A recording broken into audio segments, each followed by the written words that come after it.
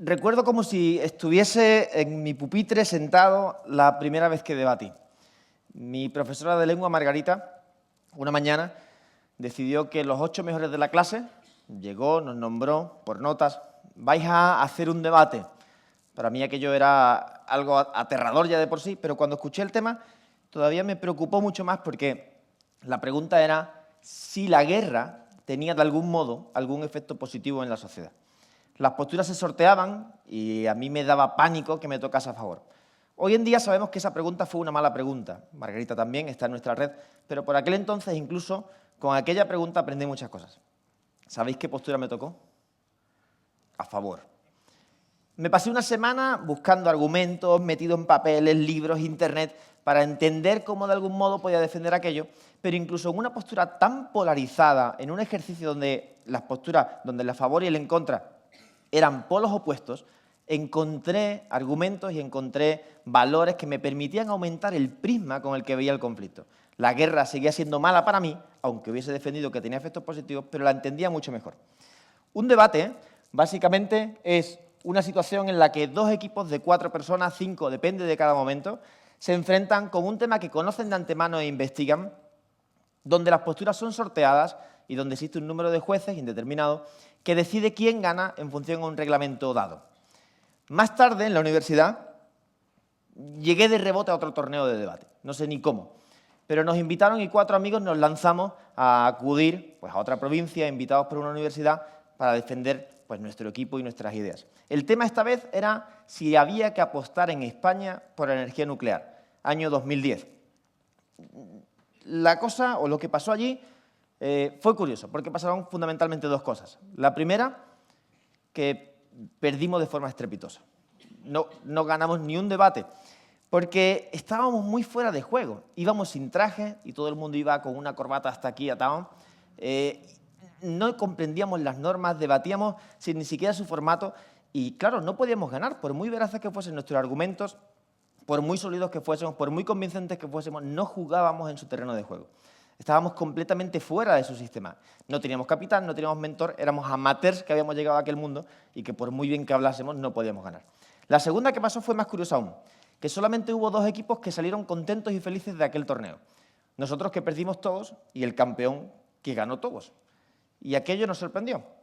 Cuando volvimos a casa, buscamos un capitán, queríamos ganar y vengarnos, pero también hicimos otra cosa antes de empezar a entrenar, que fue apuntar en un papel todas aquellas cosas que nos habían gustado de aquel encuentro y todas las que no, las que veíamos como algo que decíamos, bueno, ¿por qué se hará esto? Cuando las dividimos en posits, nos dimos cuenta de que había 2 patrones claros. Una era el de las cosas que no nos gustaban y básicamente centraba a aquellas personas que debatían por debatir, los profesionales del debate, gente que estaba acostumbrada a conocer las normas y que iba allí directamente a ganar. Y la segunda, aquello que nosotros hicimos, un montón de cosas absurdas, sin sentido, que no servían para nada para ganar, pero que nos encantaban, que era utilizar el debate como una herramienta. No como un fin en sí mismo, sino como algo para conseguir otros factores, otros valores, otra información, otras habilidades que no de por sí el propio debate.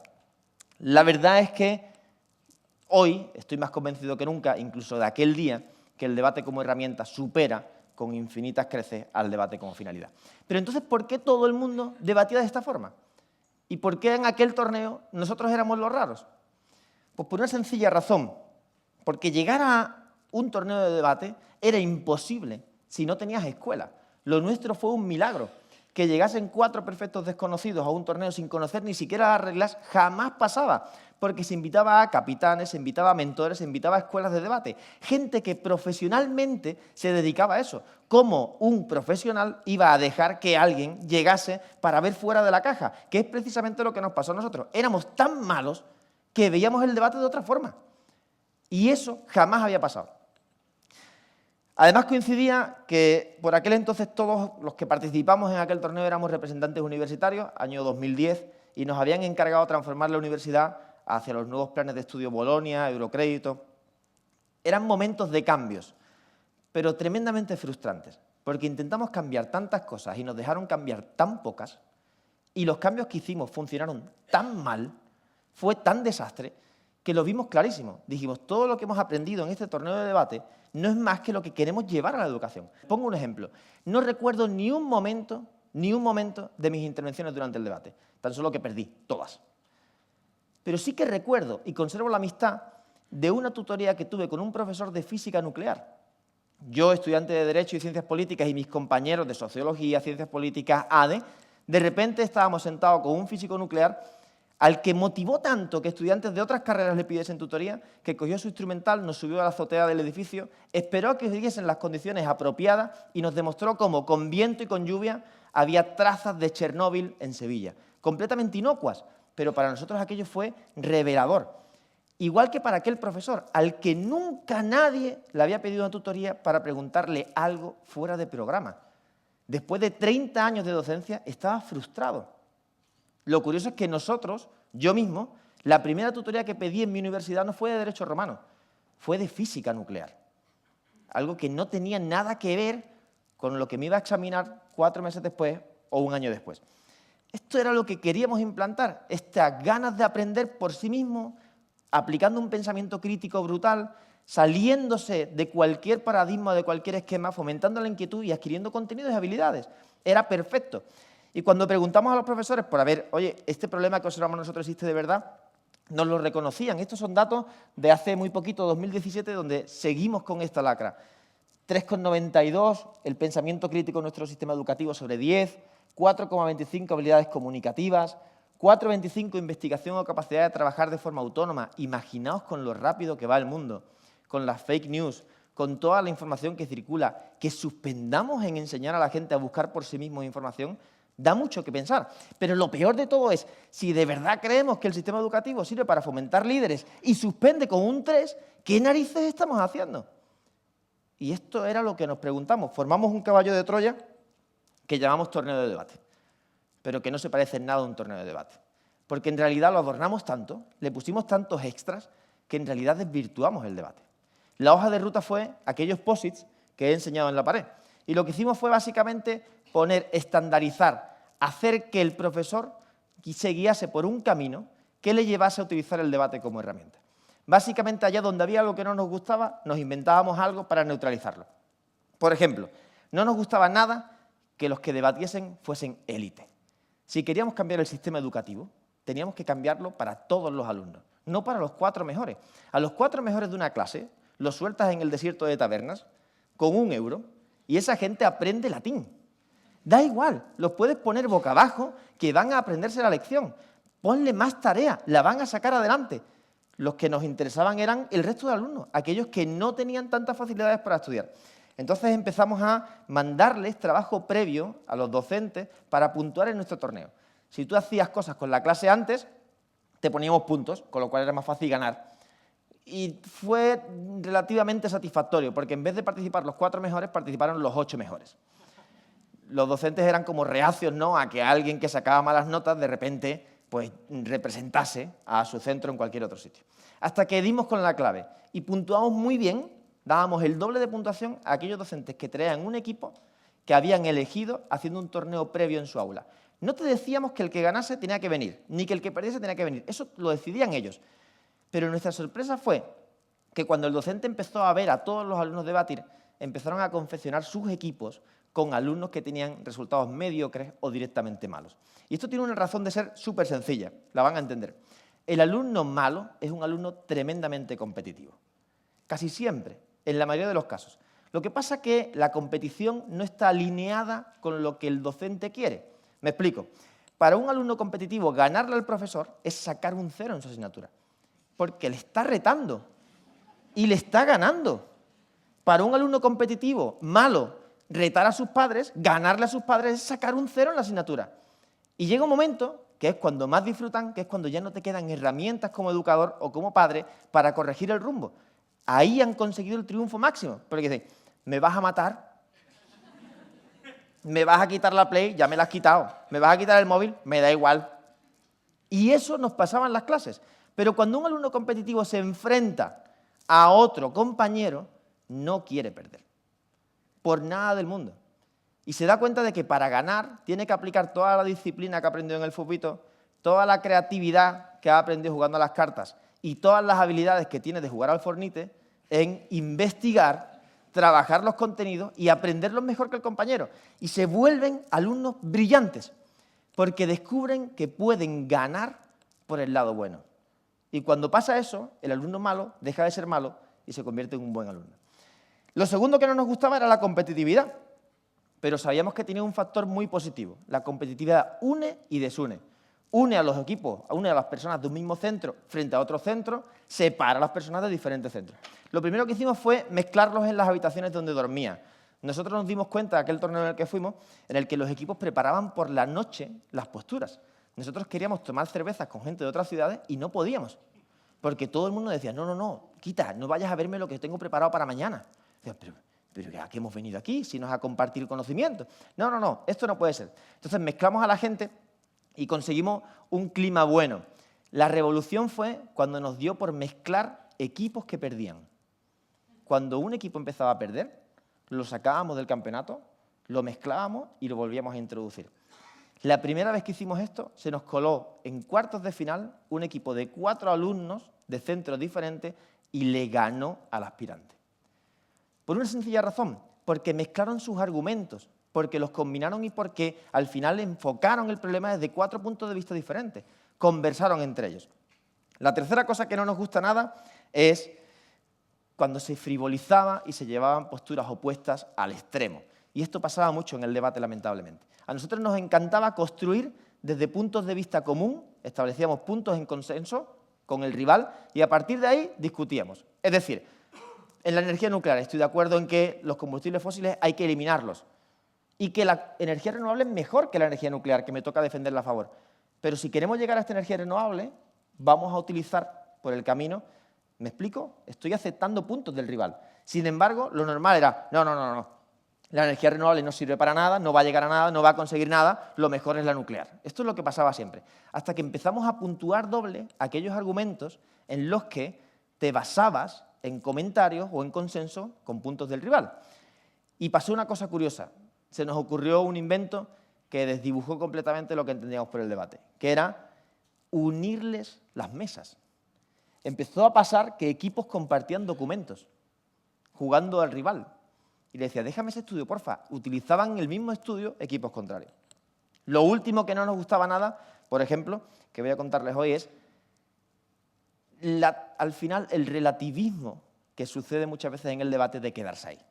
Cuando tú tocas los dos puntos de una misma postura, puede pasar que al final no defiendas ninguna de las dos cosas porque, bueno, conoces todo, dices, depende, ¿no? Nos volvemos como gallegos. Ahora bien, cuando tú enfrentas a alguien contra la vida para dar una respuesta al debate que has preguntado, esa persona tiene que decidir. Y cuando decide, incorpora los elementos que ha aprendido, los elementos que ha vivido, para dar una respuesta. Y así hemos hecho un montón de acciones, que luego os voy a contar, donde los estudiantes salían a la calle y se convertían en agentes de cambio. Se lo voy a contar luego, porque antes les voy a contar por qué hacíamos todo esto. Yo suelo preguntarle a mis alumnos, suelo decirle a mis alumnos que la inteligencia se mide en las veces que uno se pregunta por qué. Esto para mí es clave. La razón de por qué hacíamos esto era por dos cosas.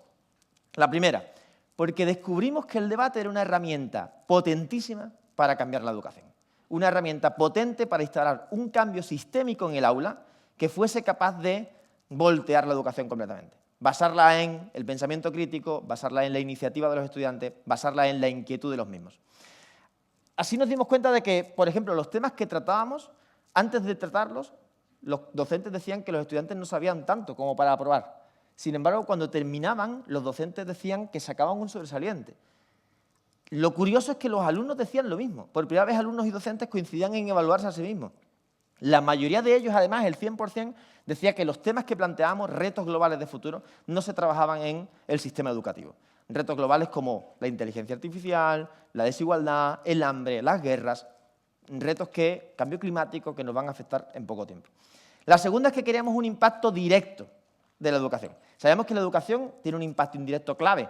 Al final, todos los que estamos aquí hacemos lo que hacemos por la educación que hemos recibido. Y si hubiésemos recibido una educación diferente, actuaríamos de forma diferente. Pero, ¿y si en la educación pudiésemos impactar de forma real y directa en el día a día?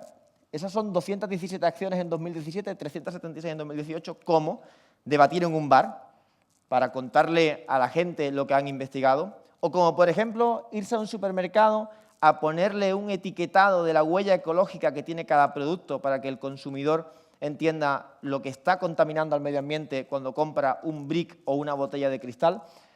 O, por ejemplo, irse a una cadena de restaurantes de comida rápida para explicar cuánta agua es necesaria para producir una hamburguesa y cómo, curiosamente, es mucho mejor que dejes de comer una hamburguesa a que dejes de ducharte durante un mes.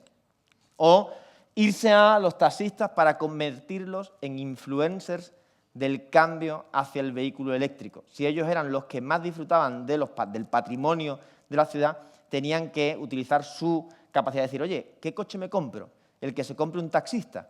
Pues vamos a convencer a los taxistas de que se pasen al vehículo eléctrico. Estas fueron un poco las acciones que tuvimos.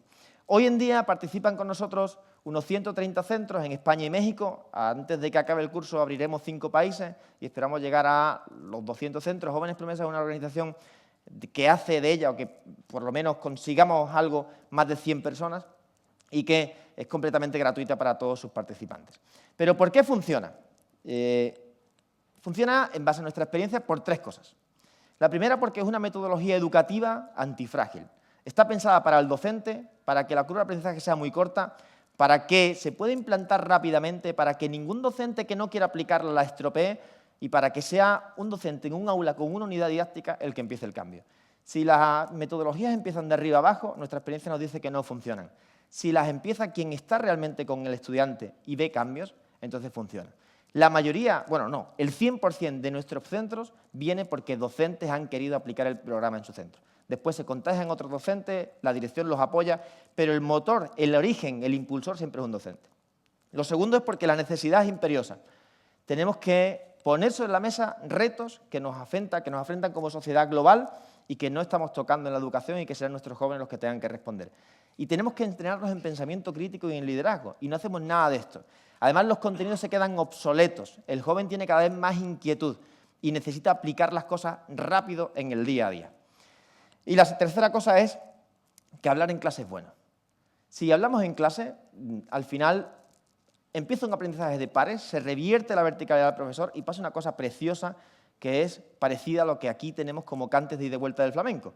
Que al final un cante de ida y vuelta es un cante que se cantaba en Cádiz, un tanguillo, un señor de Cádiz se va hasta Colombia, lo canta allí, recibe el son colombiano, la guajira, y se vuelve y dice, oye, voy a cantaros un tanguillo. Y el gaditano le dice, eso no es un tanguillo. Eso es otra cosa preciosa que se llama colombiana. Pues lo mismo pasa con las ideas y con los conocimientos cuando los estudiantes son los que se lo explican a propios estudiantes. Y esto es maravilloso. Clases que participan son clases que funcionan. Así que, por favor, desterremos el no hables en clase que estamos acostumbrados a decir. Quiero terminar muy breve con 2 reflexiones. La primera es, somos nosotros los que ponemos límite a la educación de nuestros hijos. Si os dais cuenta, los libros están para conseguir alcanzar eso que dice el libro. Los estándares están para conseguir tenerlos. Cuando un alumno pregunta en un examen ¿qué entra? Entra esto. Y si se pregunta si entra algo más, se dice, no, eso no entra. De hecho, se dice, no, eso no te lo he preguntado, cuando un alumno responde algo más. Imaginaos que en lugar de plantearnos un estándar educativo, por ejemplo, los señores, los curas que defendieron a los indígenas, Padre Mariana, en la conquista de América, en el descubrimiento de América. Eso es un estándar nuevo en la educación española. Imaginaos que en lugar de adquirir ese estándar y estudiarlo, fuese el punto de partida para empezar a investigar otras cosas, como por ejemplo, si sería bueno lanzarnos a la búsqueda de vida extraterrestre. Y el joven empieza a entender todo lo que ha estudiado para aplicarlo a un problema que es real. ¿Qué pasará si viene una raza desconocida? ¿Qué pasará si viene alguien de fuera? ¿Habrá alguien que nos defienda? ¿Habrá un Padre Mariana? ¿Nos hará falta? Lo segundo es, somos nosotros los que ponemos límite a la capacidad de nuestros hijos. Y esto es muy triste, pero se nos llena la boca de decir que son los jóvenes los que cambiarán el mundo, que son los jóvenes los que traerán ideas frescas, pero en realidad a la hora de la verdad ni los entrenamos, ni los escuchamos, ni confiamos en ellos. Somos despóticos ilustrados con nuestros hijos. Todo para nuestros hijos, pero sin nuestros hijos. Les pido que hagan un ejercicio cuando lleguen a casa. Vayan a su hijo, a su nieto, a su hermano menor, al colega de su hermano, a quien sea, y pregúntenle, por ejemplo, qué harían ellos mañana para reducir la desigualdad. O pregúntenle si quieren sacar los coches de las ciudades. O qué piensan de que una máquina llegue a ser más inteligente que un humano. Lo van a pasar genial, van a descubrir que sus hijos tienen un potencial enorme y les van a ayudar porque les van a hacer preguntas que en 2, 3, 4 o 5 años van a tener que responder. Y cuanto antes empiecen a responderlas, mejor lo harán en un futuro. Termino. Si creemos que la educación es la herramienta más poderosa para conseguir que nuestros hijos lideren el cambio de los problemas que les hemos dejado, vamos a dejar de limitar la educación y vamos a dejar de limitar a nuestros hijos. Muchas gracias.